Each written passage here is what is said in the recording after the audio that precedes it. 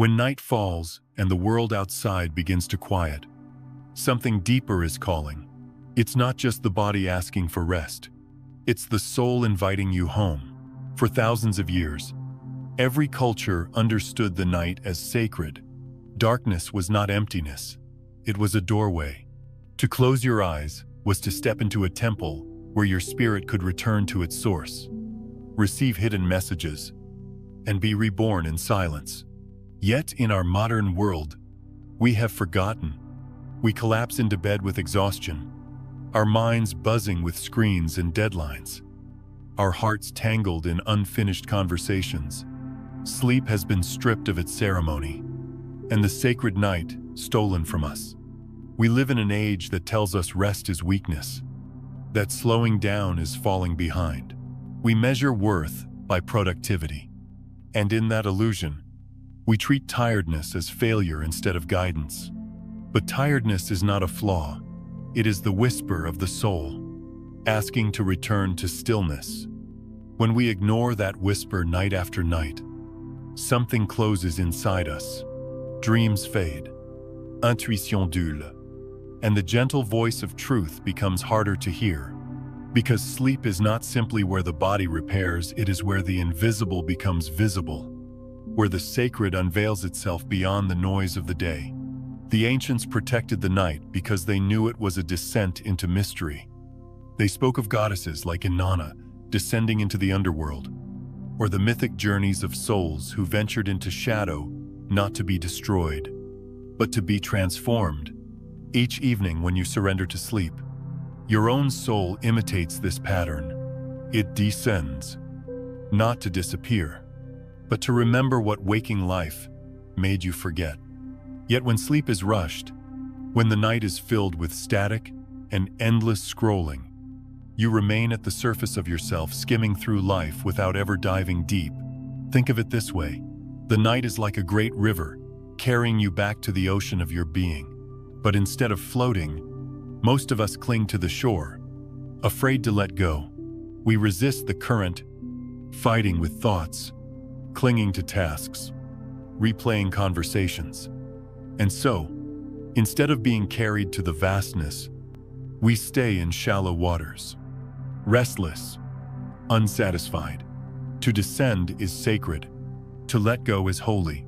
Only when you release the grip of control does something greater carry you, where the mind cannot follow. Science, without meaning to, has confirmed what the mystics always knew. It tells us sleep is not a blank state but a symphony of rhythms. As the body drifts, the brain shifts into waves: alpha, theta, delta, each carrying its own frequency, its own hidden music. These are not just electrical pulses, they are states of consciousness, gateways into deeper awareness. In the delta state, when your body lies in its deepest rest, something extraordinary happens. Your consciousness does not vanish. It moves. It transforms. Even when memory does not return, something within you remembers. That is why you can wake from a night of deep sleep, feeling lighter, as though an unseen burden was lifted while you were away. And then there are dreams. For too long, we have been told they are meaningless static neurons firing, memories shuffling, fragments of daily life stitched into nonsense. But deep in your bones you know that isn't true. You've had dreams that haunted you for years. Dreams that felt more real than waking life. Dreams where you met loved ones who had passed, where symbols spoke louder than words. These are not random accidents. They are the language of the soul. Carl Jung called dreams the voice of the unconscious. He said each dream tries to restore balance within you. Each symbol crafted not by chance, but for you specifically. A staircase leading nowhere, a stranger handing you a key, falling, flying, being pursued. These are not random images. They are mirrors. Your soul is knocking, asking to be seen, asking to be heard. It doesn't speak in logic or in English. It speaks in symbols, in stories, in images alive with meaning. To dismiss a dream as just a dream is to dismiss the most intimate conversation your soul is having with you. Some nights, the doorway opens wider. You enter the hypnagogic state, that strange, luminous threshold, when thoughts dissolve into images, when time bends, when whispers and colors appear just before sleep, fully claims you. Most people rush past it, unaware, but those who linger know it is sacred. Inventors like Thomas Edison and artists like Salvador Dali used it to catch glimpses of ideas beyond the waking mind. Mystics called it yoga nidra, the sleep of the awakened, where the body rests. But awareness remains. In that space, visions arise, the ego loosens, and the soul begins to step forward. Why does this matter? Because the way you enter sleep shapes the way you awaken. If you collapse into bed as if shutting down a machine, you miss the ceremony. But if you approach the night with intention, with gratitude, with stillness, with willingness, something changes. Sleep becomes not just recovery, but arrival. It becomes not escape, but return.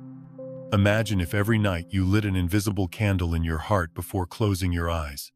Imagine if you spoke your gratitude aloud, or whispered an invitation to the sacred, "I am ready to receive. I am open to remembering." That simple shift turns the night into a temple. There is also a deeper mystery hidden in sleep. Mystics across traditions called it the rehearsal for death. Not death as ending, but as transition. Each night, you practice letting go your name, your roles, your stories dissolve. And yet you continue. You wake again, renewed. This cycle of death and rebirth is a gift, showing you that what you truly are does not vanish. You are not just the body that lies down at night. You are the awareness that travels through waking, dreaming, and deep stillness. The sages of India named it Turiya, the fourth state, the silent witness behind every experience. What if you began to treat your nights as sacred practice, not in the sense of complicated rituals, but through simple awareness, turning off the noise, dimming the lights, allowing yourself to fall, not into unconsciousness, but into presence. You might not remember your dreams right away. You might not notice dramatic shifts at first, but the soul speaks in whispers, not shouts. And with time, you will notice the guidance. Symbols will repeat, patterns will emerge, insights will surface in the quiet of the morning, as if gifted to you in the night. The truth is, every single night, you journey further than you realize. Sleep is not the opposite of awakening, it is its training ground. Each evening you walk through the same path. The mystics devoted their lives to surrendering the body, loosening the ego, entering the silence, touching the infinite, and returning with something subtle, something sacred. Whether you remember it or not, your soul remembers. And that remembrance changes you. So tonight, when your eyes grow heavy and your breath begins to slow, remember you are not slipping into darkness. You are stepping into a temple. You are not disappearing. You are returning. To sleep is to come home to the part of you that cannot be worn down by the day, that cannot be touched by fear or time. The body will rest, yes, but you, the real, you will travel. And when morning comes, you will rise again, carrying with you a piece of that eternal silence, a piece of the truth you had forgotten.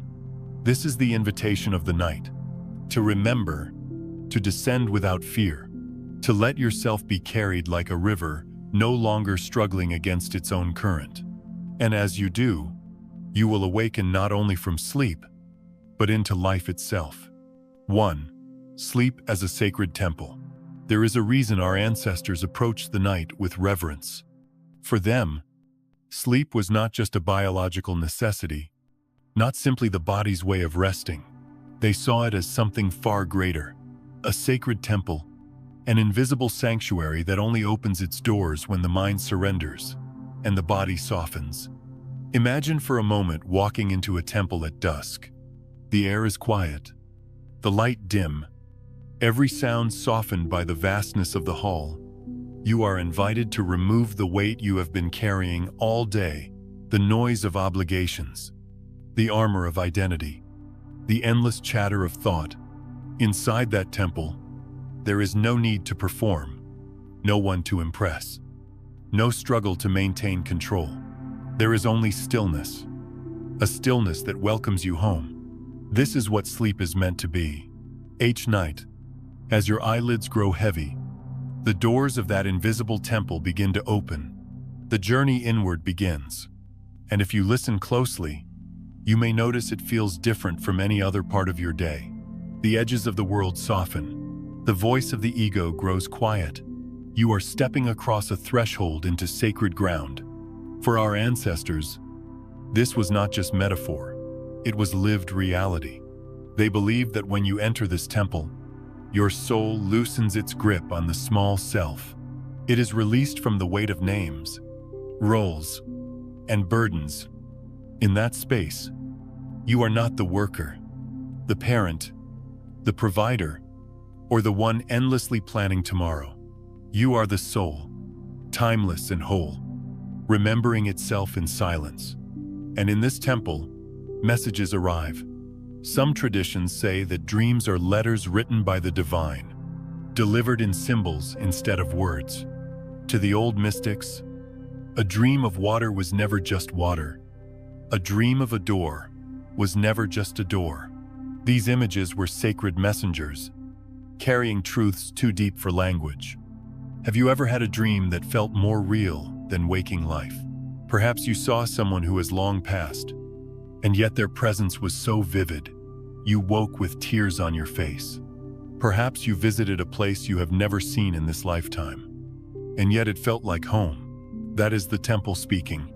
That is the universe, sending a reminder that you are more than this body, more than this single day. When you step into this temple of sleep, you are not alone. Across cultures and centuries, people describe the same experience, ancestors arriving in dreams to offer guidance, animal symbols appearing to deliver warnings, lights or voices whispering truths too profound for the waking mind. These are not fantasies. They are the echoes of connection, the ways the greater intelligence of life reaches you when you are quiet enough to listen. But in our modern world, we have forgotten to honor the temple. We treat sleep like a chore, something to squeeze in between tasks. We drag our worries into bed like heavy suitcases, scrolling until the last possible moment, filling the silence with noise. Then we wonder why we wake restless, why our hearts feel heavy, why our minds remain scattered. The temple cannot be entered when we rush past its doors. To reclaim sleep as a sacred temple is not about elaborate rituals or strict rules. It is about intention. It is about remembering that when you lie down, you are not shutting down like a machine. You are entering communion with the deepest parts of yourself. You are stepping into a place where healing is possible, where guidance is offered, where your soul remembers what the daylight made you forget. Think of the simple ways you can prepare. Just as one would bathe before entering a sacred hall, you can dim the lights and set aside the noise before bed. Just as one would bow before an altar, you can whisper gratitude aloud, even if it is just for a single breath. These small acts are not superstition. They are signals to your soul. I am ready. I am open. I remember this night is holy. And something changes when you treat the night this way. Sleep stops being escape and begins to feel like arrival. Dreams begin to take on more clarity. You notice patterns, a recurring symbol, a familiar presence, a voice that seems to follow you across nights. These are the threads of a deeper tapestry, the language of the temple, revealing itself slowly, like stained glass lit by candlelight. It is also here, in this temple, that your truest healing occurs. While the body lies still, the deeper intelligence of life begins its work. Cells repair, the immune system strengthens, and the nervous system resets. But there is more. On a level science cannot yet measure. The soul is also healed. The weight of sorrow is lightened. The tension of fear is released. The ache of loneliness is touched by presence. Have you ever woken after a deep night's sleep and felt different? Not just physically, but inwardly lighter. Calmer, as though some unseen burden had been lifted. That is the work of the temple. And it is not only healing, it is remembering. The temple is where you encounter the vastness you carry inside. It is where you touch the silence that existed before you were born and will remain after you are gone. Some mystics call it the rehearsal for death, not death as an ending, but as a homecoming. Each night, you practice letting go. Your name dissolves. Your roles dissolve. Your thoughts fade. And yet something of you remains. You wake again, not erased, but renewed. That is the gift of this sacred passage. So many people fear the night, fearing both death and sleep because they mistake stillness for absence. But stillness is not absence. It is fullness. The night is not empty. It is overflowing with presence. Inside the temple of sleep, you are held by that presence, reminded that you are not separate from the great field of life, but woven into it, carried by it, loved by it. And so, when you next lie down, consider approaching your bed not as the end of a long day, but as the doorway to a sacred temple. You do not have to force anything. You only have to allow. Close your eyes with trust, as if entering the arms of something far larger than yourself. Whisper a quiet thank you, and let yourself be carried. Because sleep is not a shutdown. It is not disappearance. It is a homecoming.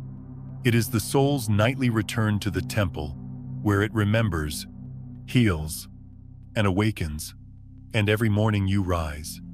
You carry a piece of that temple with you in your breath, in your silence, in the way you move through the day, with a little more gentleness, a little more clarity, a little more truth. That is what it means to see sleep not as routine, but as sacred. That is what it means to honor the night. 2. The layers of brain waves and the cycles of sleep. Modern science, without intending to, has begun to uncover what the mystics always intuited. Sleep is not an on and off switch. It is not the extinguishing of consciousness, like a candle blown out at the end of the day. It is more like a symphony, an intricate composition made of waves and rhythms, each carrying its own energy, each guiding you deeper into the mystery of your own being. Think of it as music. When you are awake, your mind is like a quick, bright melody, filled with notes rushing to keep up with the pace of life. But as you close your eyes, that melody begins to soften. The tempo slows. New instruments enter. Different harmonies emerge. And before you realize it, you are being carried into a vast orchestral movement that plays beneath your awareness, shaping your healing, your dreams, and your renewal. Science calls these layers of the sleep symphony brainwaves. They have given them names: alpha, theta, delta, and REM. But these are not just clinical categories. They are stages of descent, doorways into different rooms of the sacred temple of the night. To understand them is not to reduce them to charts and graphs, but to recognize how each one carries you closer to the truth of who you are. Alpha, the threshold of relaxation. The first shift comes gently. You are lying down. Your body is heavy, but your mind is still humming with the day. Slowly, the frequency of your thoughts begins to slow. You are no longer sharply focused on problem solving or planning.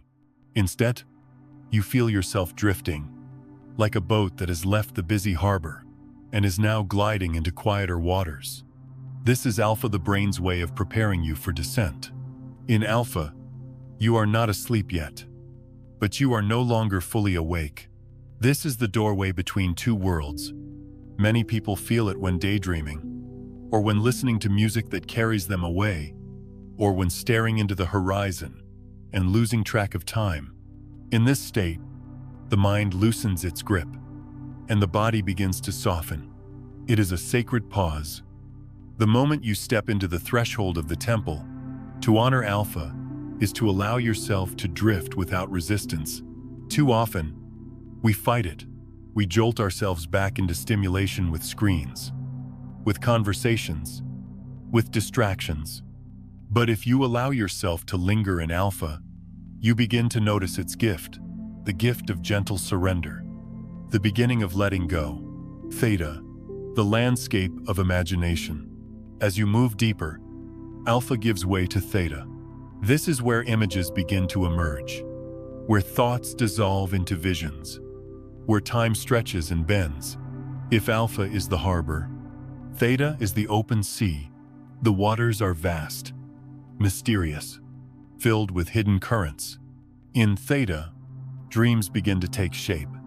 Memories weave with imagination, and the subconscious begins to speak. This is why many artists, writers, and visionaries have found their greatest inspiration in the edge of sleep. When the mind is no longer controlled by logic, but open to symbols, metaphors, and insight, think of Theta as the painter's studio of the soul. Here, the brushstrokes are not bound by reason. Colors blend, shapes morph. Entire stories arise in moments. This is why dreams often feel surreal, yet somehow profoundly meaningful. Your soul is painting, creating, weaving truths that your waking mind has not yet found the words for. Have you ever woken from a dream with an idea so vivid, it felt like a gift? That is Theta. It is the playground of creation, the wellspring of imagination, the stage on which your deeper self begins to reveal what it has been carrying. Delta, the sacred stillness. Deeper still, beyond Alpha and Theta, lies Delta. This is the slowest, deepest wave, the great silence in the music of the night. If Alpha is the harbor and Theta the sea, then Delta is the ocean floor, vast and unmoving, a realm of profound stillness. In Delta, the body heals, muscles repèrent, tissues regenerate, the immune system is restored. Science describes it as the phase of deep sleep, when the nervous system resets. But for those who have felt it, Delta is more than biology. It is the sacred stillness where the soul returns to its source. In Delta, you are not dreaming. You are not imagining. You are simply being. It is the closest the living come to the silence of eternity. Some traditions describe this state as the rehearsal for death, not in fear, but in reverence, because here, identity dissolves. You are not you in the way you know yourself. You are presence. You are essence. You are one with the silence that holds all things. When you wake from Delta, you may not remember where you have been, but you carry its imprint. You rise with a subtle lightness, a clarity that cannot be explained. The body feels renewed, but so does the heart. Something unseen has been restored. REM, the language of symbols. Then, almost paradoxically, after the depths of Delta, the brain lights up again. This is REM, rapid eye movement, the stage of vivid dreams. The body lies paralyzed, so it cannot act out what is happening within. But the mind becomes alive, almost as active as in waking life. This is the stage where the soul speaks in images, archetypes, and stories. The theater of dreams opens its curtain. Here, you may be chased. You may fly. You may speak with the dead. You may walk through landscapes that have never existed on Earth, yet feel entirely familiar.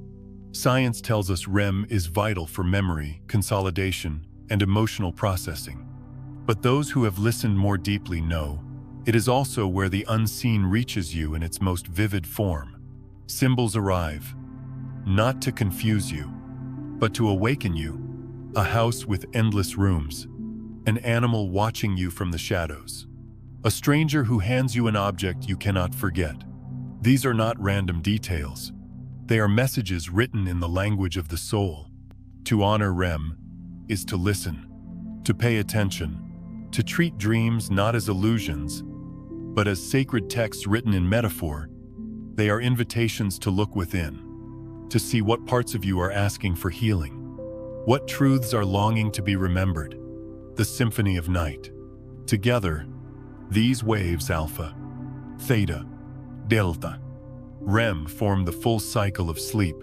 The music of the night moves in patterns of descent and ascent, like a tide that carries you away and returns you again. Every 90 minutes or so, you complete a cycle, diving deep, then rising into dreams, then descending again. It is a rhythm older than civilization, older than language, a rhythm woven into the very fabric of being human. To see sleep in this way is to recognize that you are not simply shutting down at night. You are journeying. You are being carried through a sacred symphony, each wave healing, creating, remembering, and revealing. You are traveling through layers of your own consciousness, guided by a wisdom far greater than your waking mind. And perhaps the most profound truth is this: awareness never truly ceases in any of these stages. Even in Delta, the deepest silence, something is awake within you. Something is watching, remembering, witnessing. That is why sleep is not disappearance. It is transformation, living with awareness of the waves. When you begin to understand these cycles, you start to treat the night differently. Instead of collapsing into bed, as if into oblivion, you approach it with reverence. Knowing you are about to enter the symphony, you learn to prepare yourself not by force, not by control, but by softening. You dim the lights. You breathe deeply. You let the day slip from your shoulders. You remind yourself tonight, I will be carried. And as you honor these stages, you begin to notice their reflections in waking life. You realize that moments of daydream are alpha. The creative sparks of inspiration are theta. The deep stillness of meditation is delta. And the symbolic events of synchronicity are like waking REM. Sleep is not separate from life. It is life's mirror. The truth is simple, yet profound.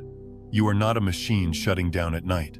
You are consciousness moving through layers of being, carried by waves of energy, touched by silence, awakened by symbols. And each morning, when you rise, you bring with you the gifts of that journey, the healing of delta, the creativity of theta, the insight of REM. So the next time you close your eyes, remember, you are not falling asleep. You are entering music, a hidden symphony composed by the universe itself. You are descending into a temple not built with stone, but with waves of light and silence. And in that temple, night after night, you are being remade. 3. Dreams, the language of the soul. Dreams are not random. They are not meaningless scraps left over from the day. They are the language your soul has been speaking all along. Even when your waking mind has forgotten how to listen.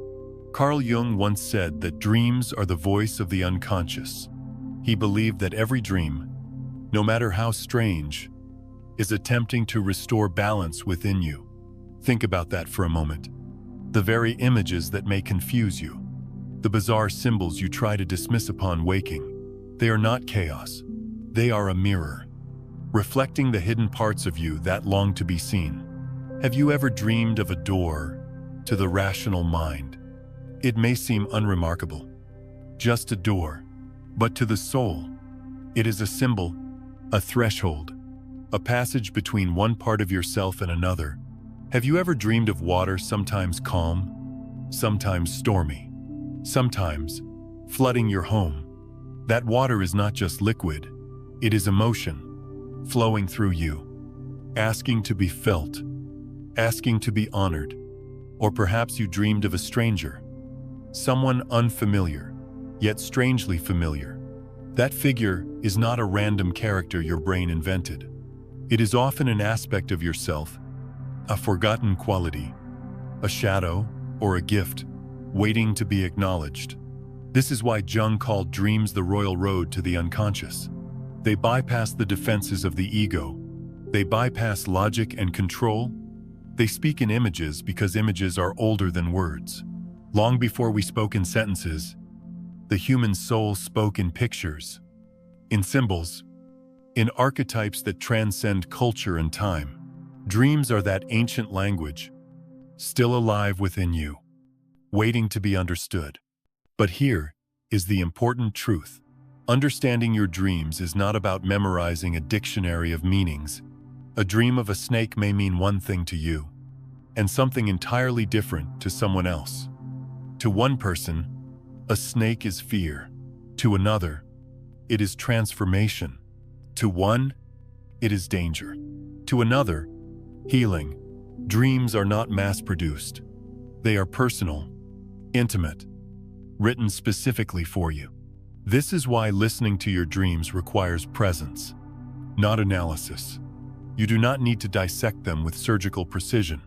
You need to sit with them, feel them, honor them as messages from the deepest parts of your being. When you wake from a dream, instead of brushing it off as nonsense, pause it, write it down.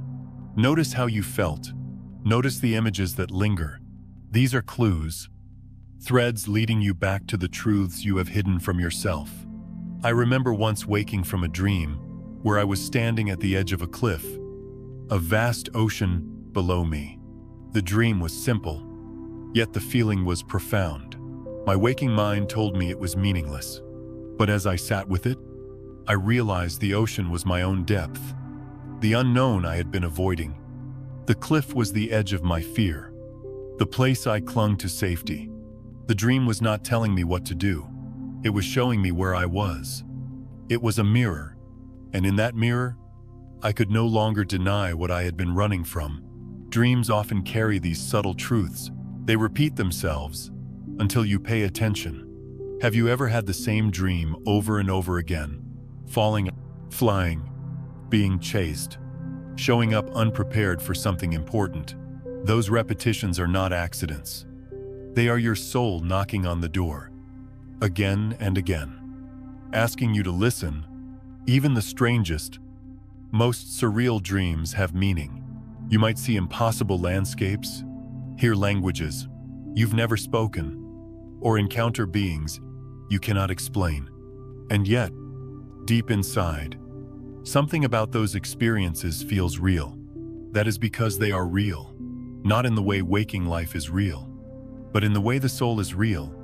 They are encounters with your own deeper layers, with archetypes that live in the collective unconscious, with presences that move through the unseen. For centuries, people knew this. Pharaohs in Egypt built temples dedicated to dreaming, seeking visions that would guide their people. Indigenous elders taught their children to honor their dreams as teachings from the ancestors. Prophets received revelations in the night. Poets and mystics woke with verses still burning in their hearts, words gifted to them by the dream world. It is only in our modern age that we have reduced dreams to random brain static, and in doing so, we have cut ourselves off from one of the most intimate forms of guidance available to us. But the truth cannot be silenced. Deep in your bones, you know your dreams matter. You know they carry something beyond logic. You know they are more than noise, because you have felt it. You have woken from a dream with tears on your cheeks, with joy in your chest, with a knowing you cannot explain. You have felt the presence of someone long gone, and it was so vivid you knew it could not be dismissed as mere imagination. That is the soul speaking in its native tongue. So how do we listen more deeply? We begin by giving dreams space. Keep a journal by your bed. Write down even fragments of color, a phrase, an image. Over time, patterns will emerge. You will see themes, symbols, and messages unfolding. And you will begin to realize that your dreams are not random stories. They are a dialogue, an ongoing conversation between your waking self and your deeper self. And as you practice listening, something shifts. You begin to carry the wisdom of the night into your day. You notice how a recurring dream about running reflects the way you avoid facing something in waking life. You realize that the dream where you were flying was not fantasy, but a reminder of your own freedom. You see that the house with endless rooms is your own inner landscape, expanding as you expand. Dreams teach us that the soul is never silent. Even when the ego sleeps, the soul speaks, and it speaks in a way that bypasses defenses, that slips past the walls you've built, delivering truths you might resist in daylight but cannot ignore in symbols. If you want to know yourself more deeply, if you want to heal the places you have hidden, if you want to remember who you are beyond the noise, listen to your dreams. They are not distractions. They are not illusions. They are letters from your soul, written in the ink of images, sealed in the silence of the night, delivered to you with love. So tonight, when you close your eyes, remember, you are not just entering sleep. You are entering dialogue. You are stepping into the oldest language you have ever known, the language your soul has always spoken. And if you learn to listen, if you learn to honor the messages, you will discover that every dream, even the confusing, the strange, the frightening, is a teacher. Every dream is a mirror. Every dream is a reminder that you are more than flesh, more than thought, more than the story you live by day. Dreams are not the opposite of reality. They are reality, speaking in symbols. And when you learn to listen, you realize you have never been alone in the night. You have always been guided, always been spoken to, always been loved. 4. Conscious sleep and spiritual practice. There is a quiet doorway hidden inside every night, one that most of us pass through without noticing. We slip into sleep, like a stone falling into water, unconscious, unaware, hoping only to rest. But the ancient traditions remind us that this passage is not meant to be blind. It is meant to be awake. In Tibetan teachings, there is a practice known as dream yoga. It is the art of entering sleep with awareness, carrying the flame of consciousness into the dream state. Imagine what that means. Instead of being carried away by the currents of dream, you awaken within them.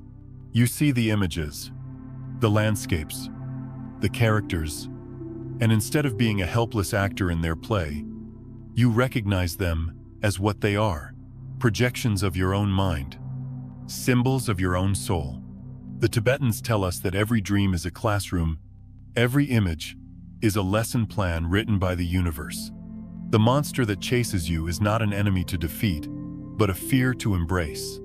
The endless stairway that leads nowhere is not a punishment, but a reminder that the ego's striving never ends. The loved one who appears and then vanishes is not a cruel trick, but a teaching about impermanence. To walk through dreams consciously is to allow them to shape you, to polish away illusion, to reveal what is eternal beneath the surface.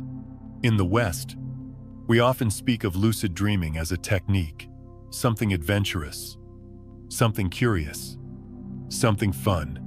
But for the mystics of Tibet, lucid dreaming was not a trick. It was a doorway to liberation.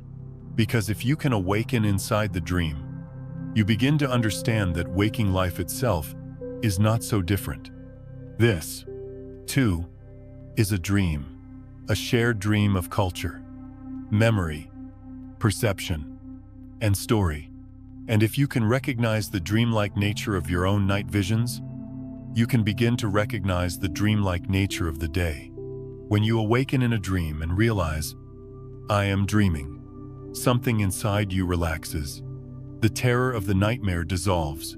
The walls of the prison fall away. Suddenly, you can fly, you can walk through fire, you can face the monster and realize it was always your own shadow, waiting for you to notice.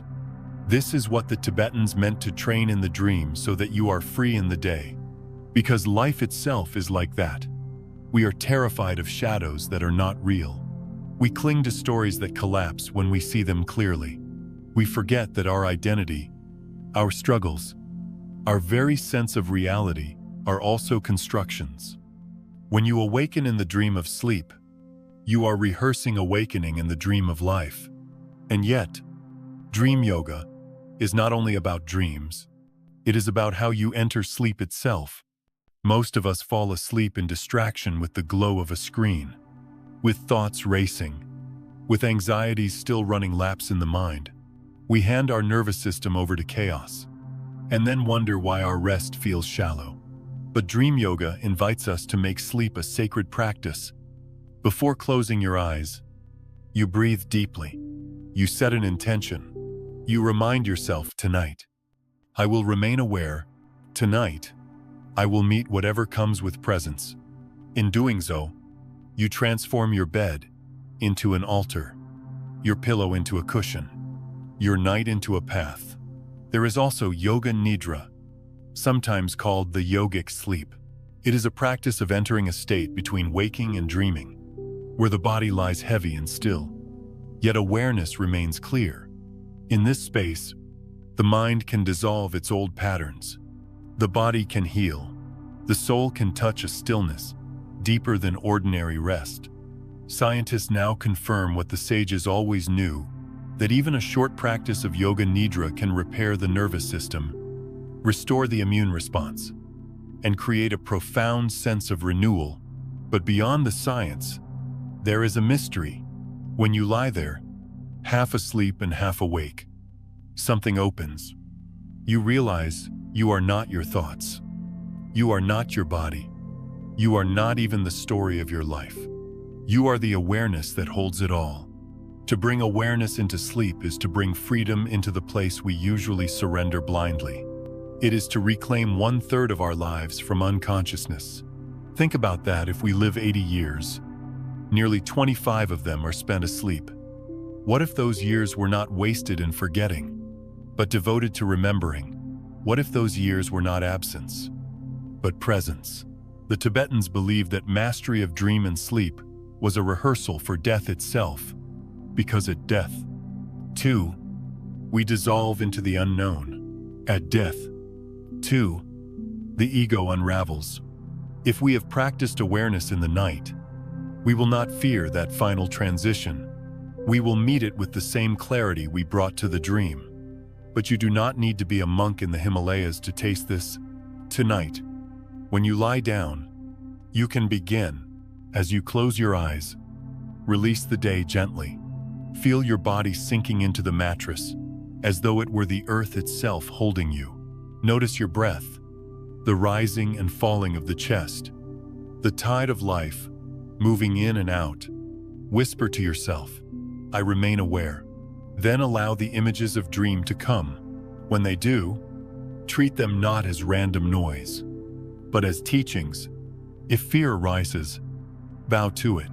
If joy arises, let it expand. If nothing arises, rest in the silence that is deeper than any image. It may not happen all at once. Awareness slips. The old habits of unconsciousness are strong, but with patience, with gentle persistence, something shifts. You begin to carry a thread of clarity into the dream. You begin to wake up inside it. And when you do, you realize that even here, in the shifting landscape of night, you are free. And here is the simplest truth. Conscious sleep is not about control. It is not about bending your dreams to your will or forcing them into pleasant shapes. That is only another game of the ego.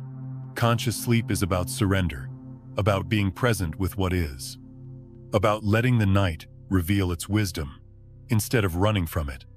It is about remembering that even in darkness, awareness is never extinguished. So when you hear the word dream yoga, do not imagine something distant or exotic. Imagine yourself, tonight, lying down in your own room. Imagine turning the act of sleep into a prayer, into a meditation, into a reunion with the soul. This is not far away. It is here. It is available now. The truth is, you do not need to wait for a teacher on a mountain to initiate you. The teacher is already within. The dreams are already teaching. The night is already sacred. All that is required is your attention, your willingness to be awake even as you rest. Because sleep is not just a pause in your story, it is a continuation of your journey. And when you enter it with consciousness, you discover that you have never truly been asleep.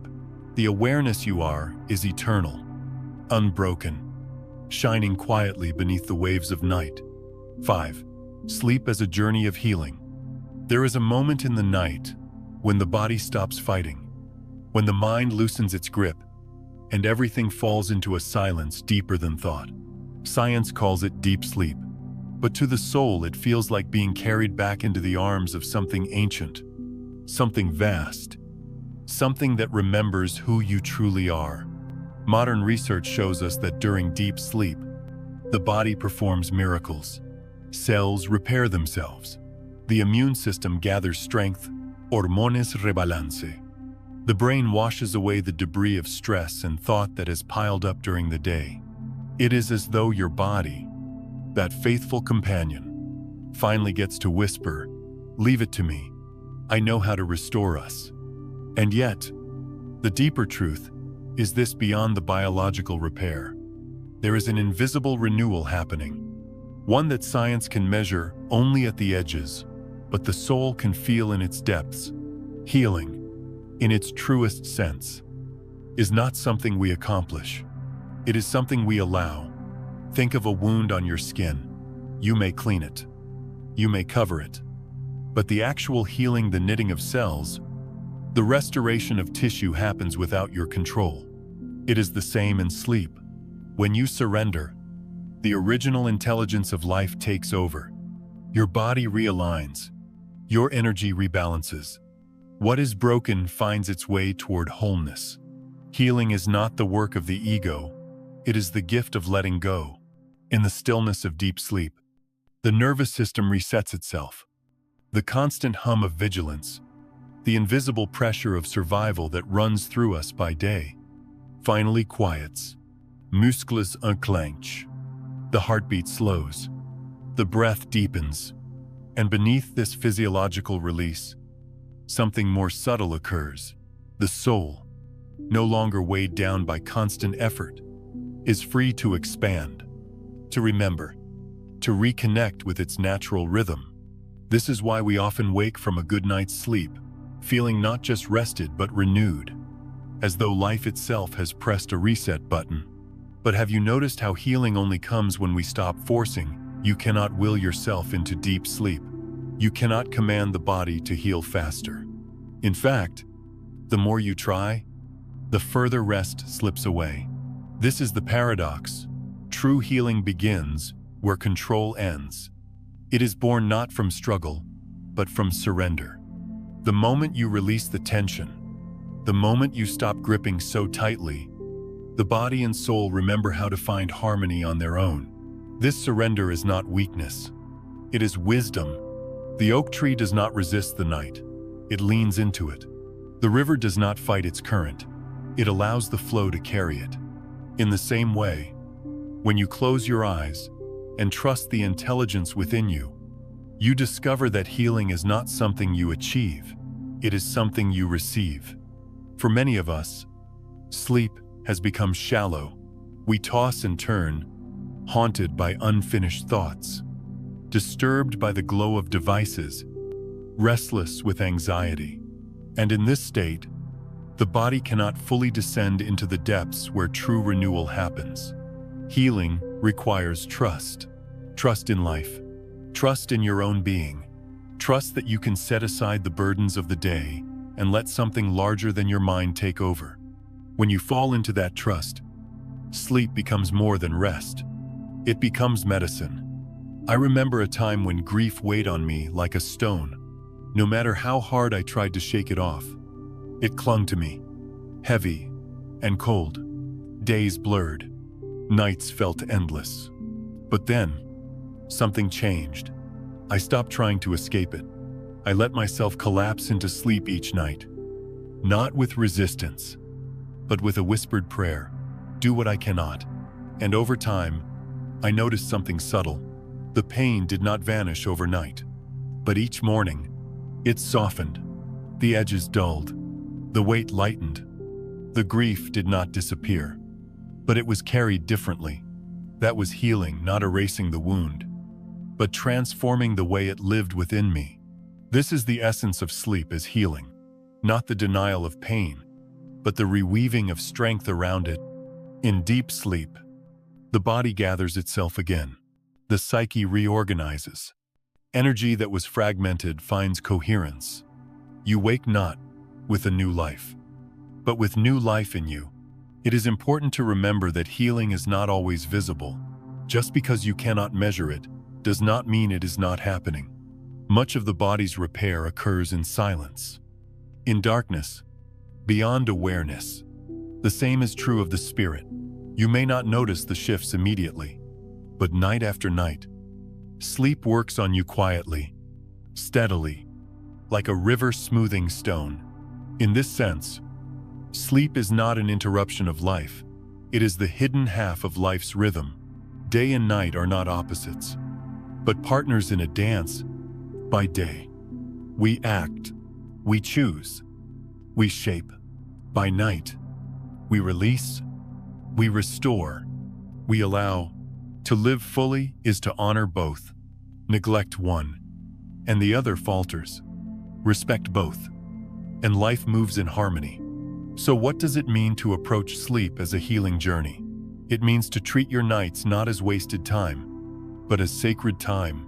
To prepare your body and mind as though you were entering a temple, to lay aside the noise, the endless stimulation, and to enter the dark with reverence.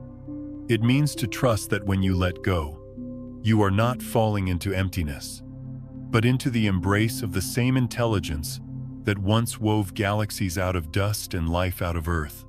And here is the deeper gift. Healing in sleep is not only for the body, it is for the heart, the mind, the soul. Dreams carry messages that help untangle old wounds. Silence restores a dignity. The noise of the day often steals. Energy, reminding you of who you were before. Fear and striving clouded your memory. Every night, you are given a chance to die to the old and rise into the new. Every night, you are reborn. So tonight, when you close your eyes, do not think of sleep as absence. Think of it as return. A return to balance. A return to innocence. A return to the wholeness that has never left you, only waited for you to rest long enough to notice. Surrender your burdens. Hand over your fears. Let the body and soul do what they have always known how to do. Because healing is not a task on your to-do list. It is not another goal to chase. Healing is what happens when you stop trying, when you stop resisting, when you allow the intelligence of life to move through you. And nowhere is this more true than in the quiet sanctuary of deep sleep. In that silence, you are being renewed. In that darkness, you are being held. And when you awaken, you do not only rise into another day, you rise, carrying the hidden blessing of the night, the quiet miracle of healing that unfolded while you surrendered. 6. The hypnagogic threshold, the mysterious in-between. There is a fragile moment at night when the day has not fully released you, and yet the night has not fully taken hold. Your body lays heavy. Your breath slows, but your mind drifts into a space that feels neither here nor there. This state has a name, hypnagogia, the threshold between wakefulness and sleep. Most of us slip through it without notice, like stepping over a line in the dark. But for those who pause long enough, who dare to remain aware, this threshold reveals itself as one of the most mysterious and luminous states of consciousness. It is a place where images flicker like candlelight, faces, shapes, landscapes that dissolve before they fully appear.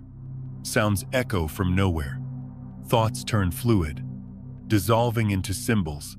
The ordinary walls of perception begin to thin, and for a few precious minutes, you stand at the veil between worlds. Science describes hypnagogia as a transitional brainwave state. Alpha waves of relaxed wakefulness, give way to the slower theta rhythms of early sleep. But to the soul, this is not just a neurological shift, it is a passageway. In this passageway, the subconscious opens, offering glimpses of its vast ocean. Ideas rise unbidden. Fragments of memory mix with imagination, and you touch a realm where the boundaries of self begin to blur. Artists and inventors have long known the power of this in-between. Thomas Edison used to hold a metal ball in his hand as he drifted off. Just as he was about to fall asleep, the ball would drop, wake him, and he would capture the images and insights that had surfaced in that liminal space.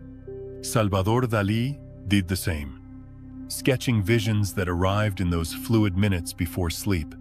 Many of history's great ideas, melodies, inventions, even discoveries emerged not from waking logic, but from the strange clarity of the hypnagogic state. But beyond creativity, there is a spiritual dimension.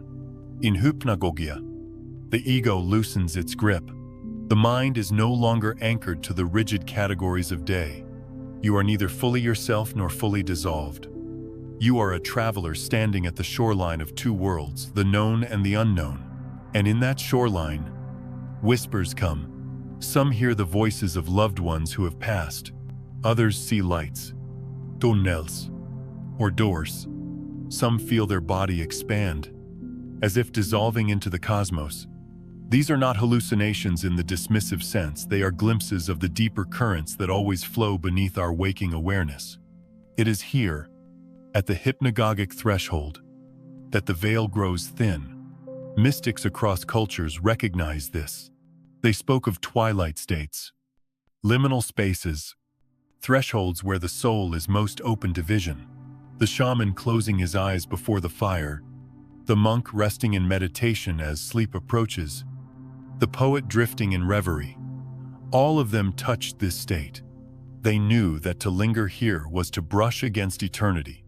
But the gift of hypnagogia is not only in visions or insights, it is in what it teaches us about surrender.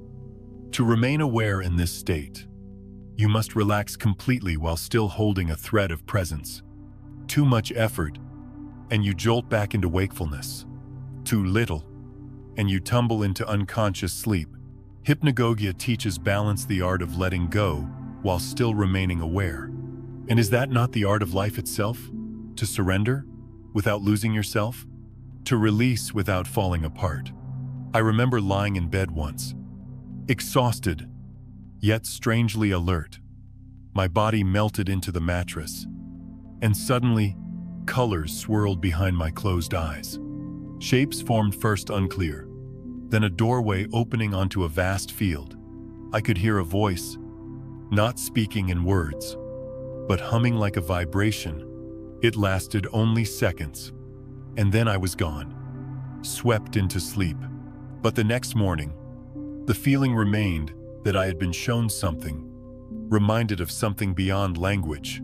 That moment was not a dream. Not yet.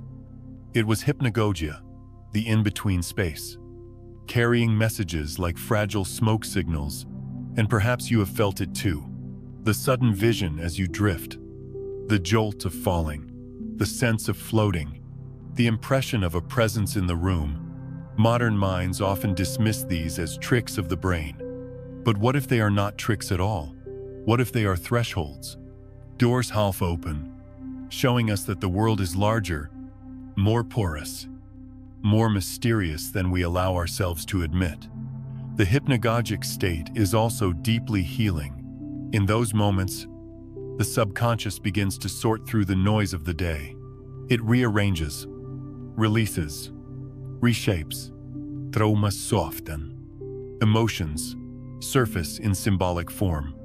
Energy shifts quietly beneath awareness.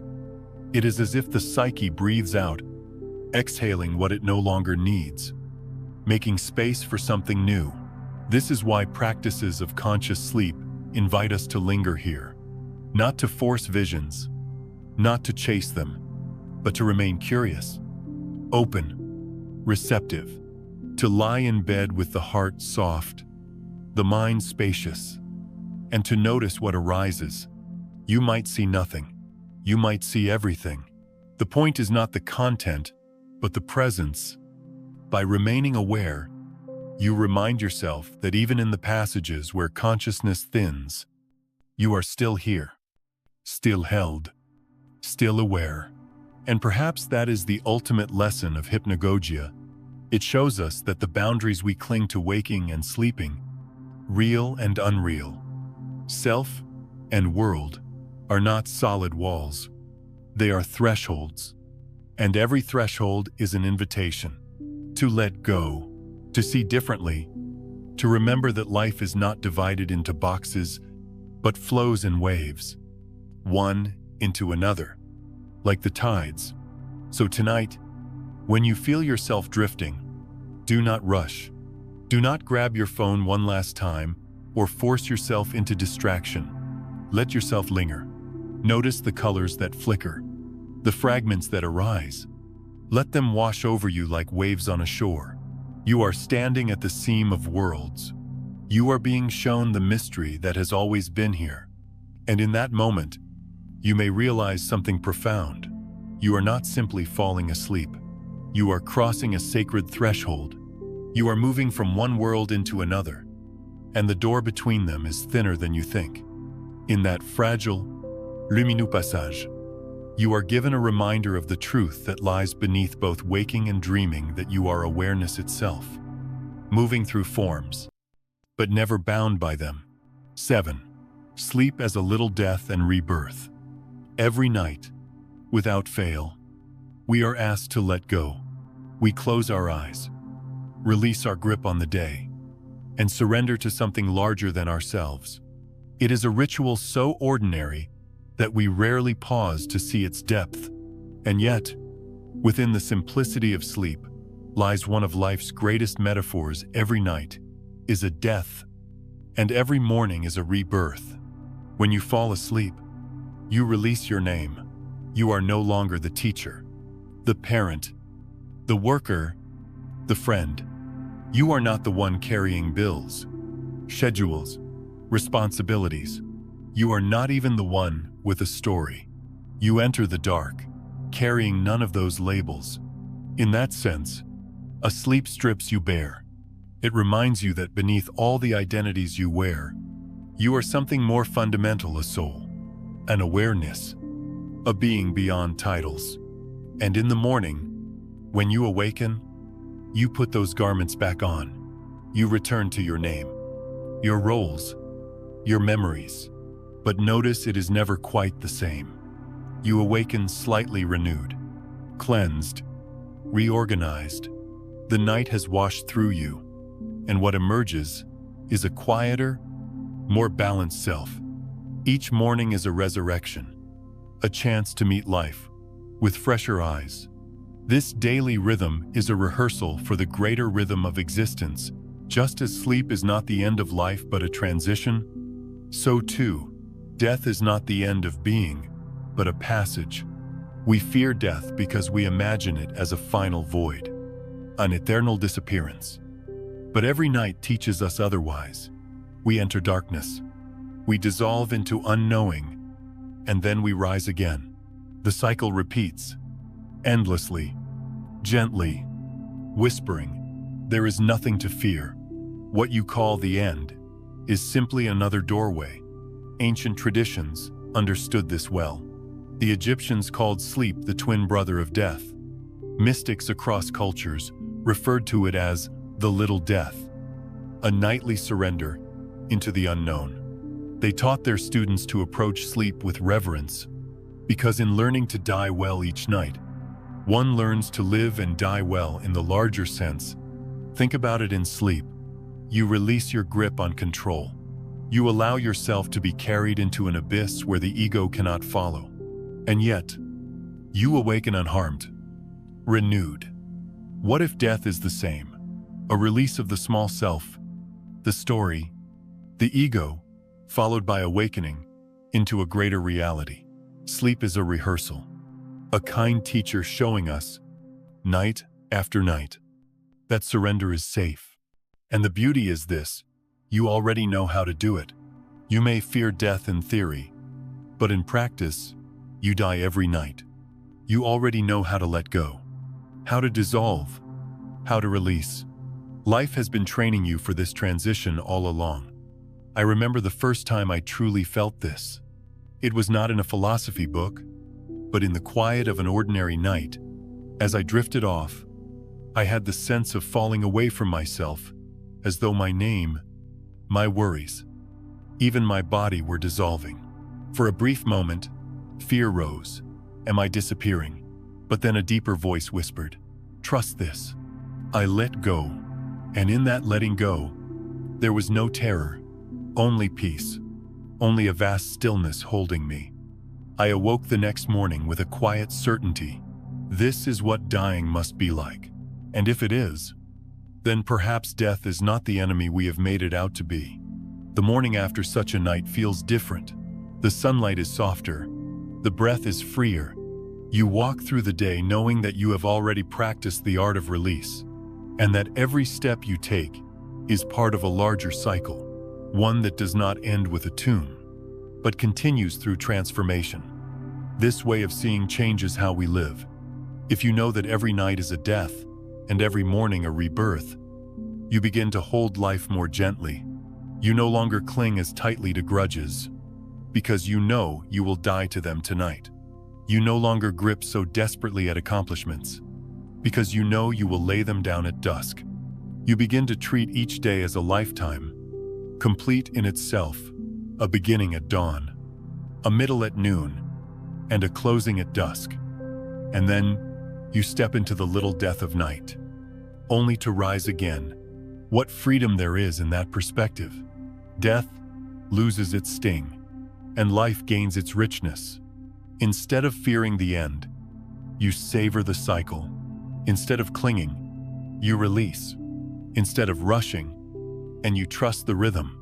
This is why spiritual teachers often encourage us to meditate on death, not as a morbid exercise, but as a way of remembering what sleep teaches us every night, that endings are not final, they are doorways. That surrender is not destruction, it is renewal. That beyond the stories we tell about ourselves, there is a deeper life that never fades. When you go to bed tonight, notice how the ritual mirrors death. You close your eyes. The world fades. Your body becomes still.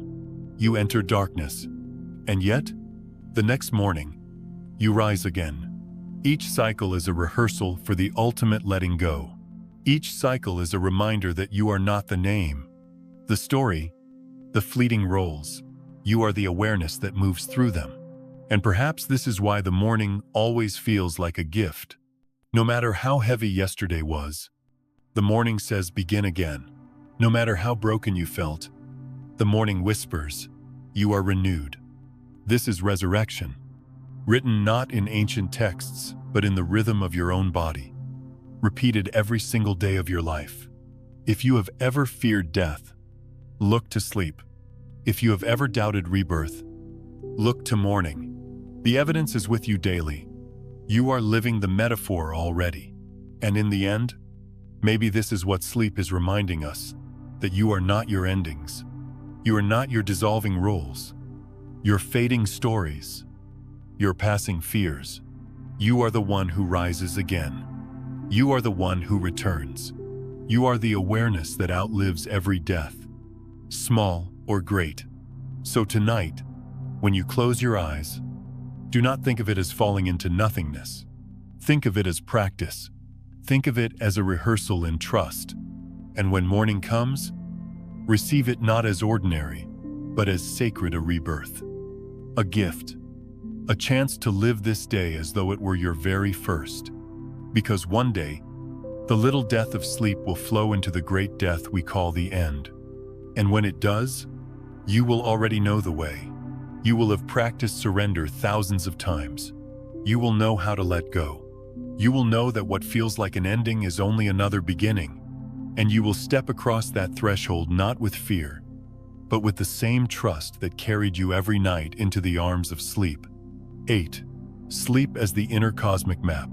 When we close our eyes at night, we think we are simply leaving the outer world behind. But in truth, We are stepping into a vast inner universe, a cosmos that has been charted by mystics, philosophers, and seekers for thousands of years.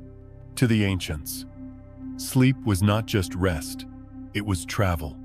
It was a journey through invisible landscapes, a navigation of layers of being that formed the true map of the soul. The Egyptians believed that when a person slept, their ka, their vital essence, journeyed into other realms. They saw dreams as reports from these travels, evidence that the soul had been moving beyond the limits of the physical world. That is why they recorded dreams so carefully, treating them not as fantasies, but as messages from the spirit's nightly voyage. In India, the sages spoke of Turiya, the fourth state of consciousness.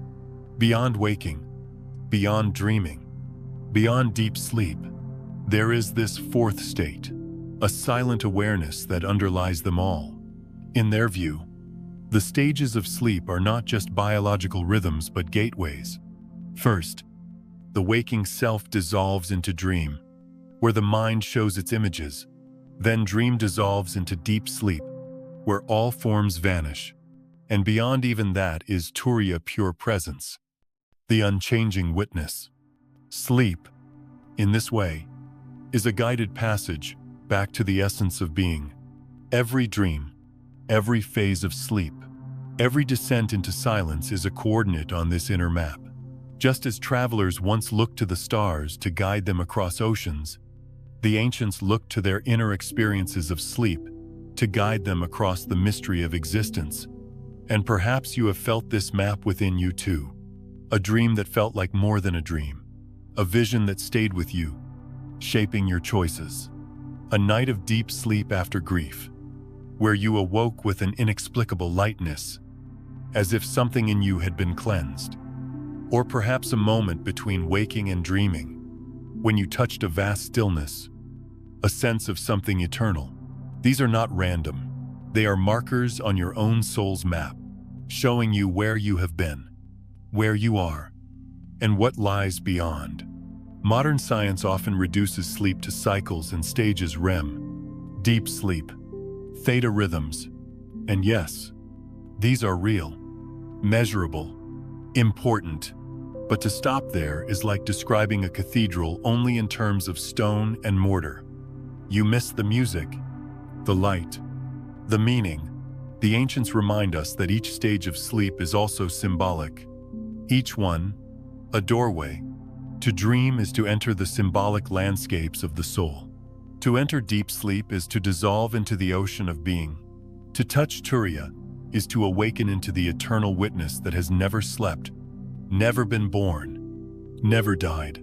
The inner cosmic map is not outside of you. It is within you. And each night, you retrace it, whether you are aware or not. Every time you sleep, you are practicing the art of return. Return to yourself. Return to the source. Return to the unbroken awareness that underlies all experience. I once heard a teacher say, "The universe is not just above you. It is within you." To travel the night sky, you need not look up. You need only close your eyes. And I believe this is true.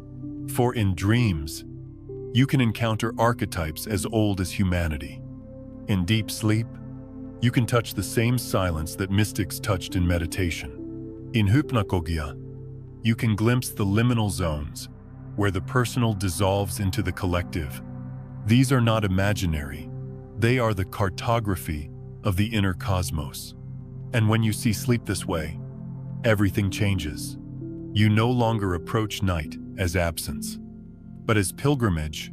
You lie down not only to rest, but to travel. You carry with you an intention to learn, to heal, to remember, and the night responds. Symbols appear, teachings arrive, stillness deepens. Some might ask, how can I trust these inner maps? How do I know they are real? The answer is simple: by their fruits. If a dream helps you face a fear, it was real. If a night of deep sleep restores your spirit, it was real. If a glimpse of stillness between waking and sleeping fills you with peace, it was real. Reality is not measured only by physical evidence. Reality is measured also by transformation. And sleep transforms us every single night. Think of the soul as a traveler. By day, it journeys through the outer world, people, places, actions. By night, it journeys through the inner world, symbols, archetypes, silence. Both are necessary. Both are part of the same map. You cannot know who you are without knowing both. And here lies the invitation to honor the inner journey as much as the outer, to see sleep not as wasted time, but as a sacred practice, to record your dreams, to notice the shifts in your being, to remember that the map is unfolding every night inside you. The Egyptians built pyramids aligned with the stars because they knew the soul journeys after death, just as it journeys each night in sleep. The Indians spoke of Turiya because they knew beyond the layers of waking and dreaming lies the eternal witness. The shamans spoke of spirit flight, the Sufis of the night journey, the poets of the dream world.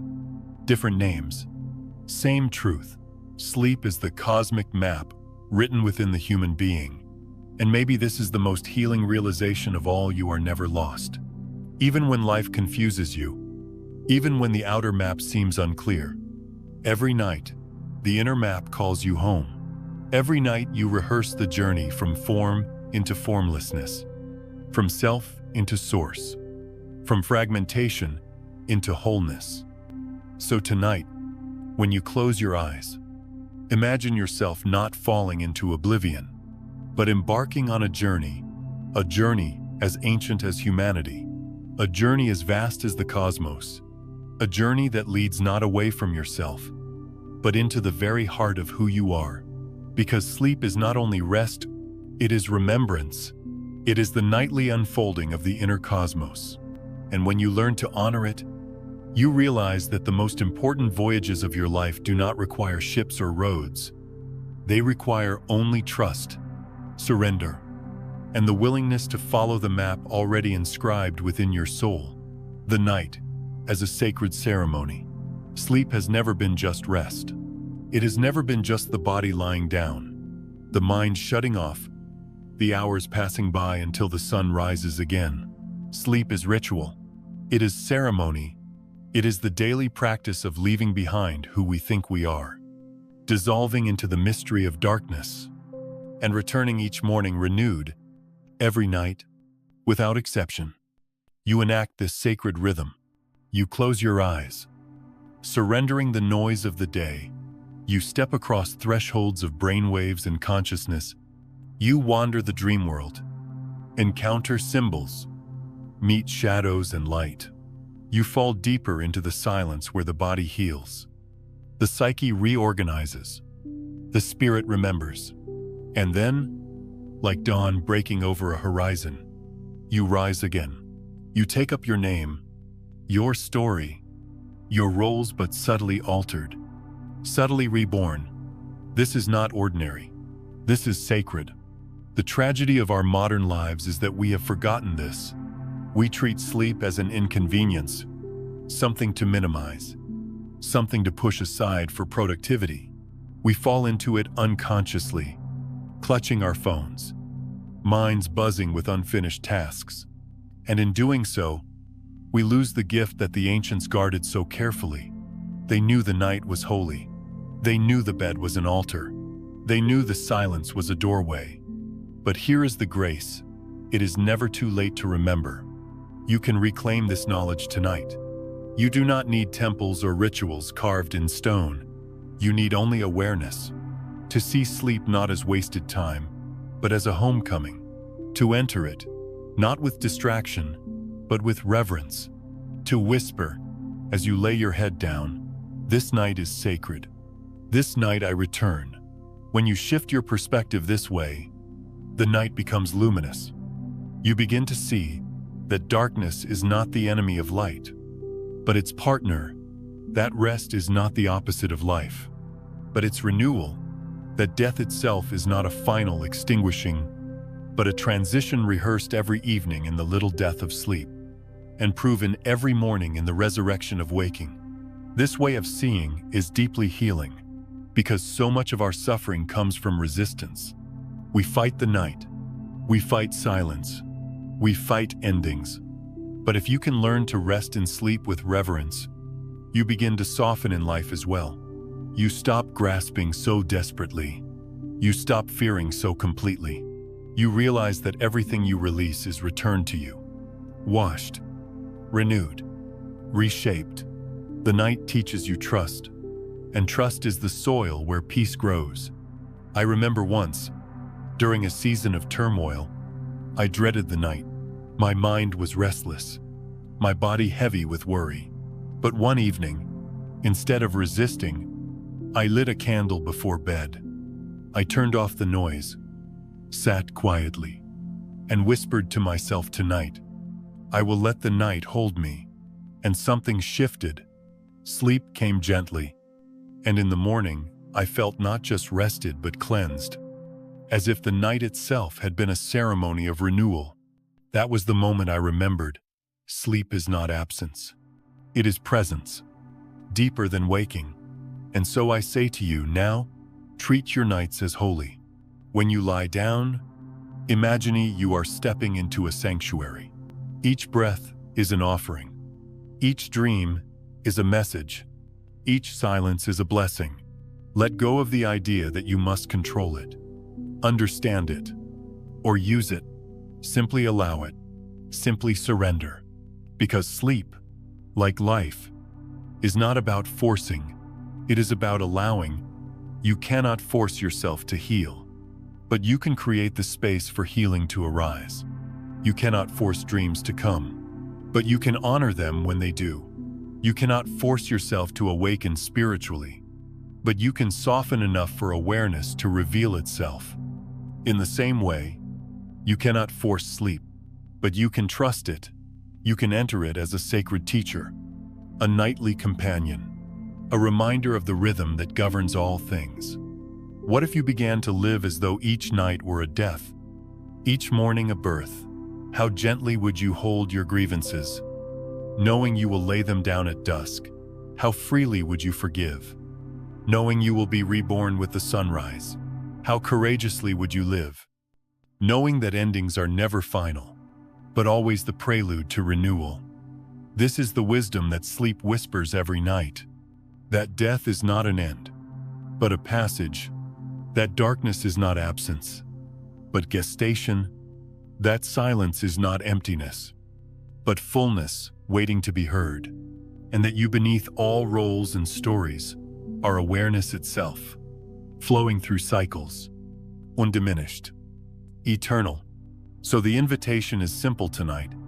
When the world grows quiet, pause, close your eyes, not with resistance, but with reverence. Let the night become your teacher. Let the dark become your guide. Trust the intelligence that has been carrying you since the beginning of time. The intelligence that heals wounds, weaves dreams, dissolves fear, and renews the soul. And when you awaken, do not rush past the miracle. Greet the morning as a rebirth. Step into the light as though you have just returned from a long journey. Because you have traveled through the temple of sleep, crossed thresholds of death and renewal, and returned to live another day. In this way, sleep becomes not an interruption of life, but its deepest expression, not the enemy of waking, but its partner, not wasted time, but sacred time. And when you remember this, you realize the night was never darkness at all. It was always the doorway to awakening.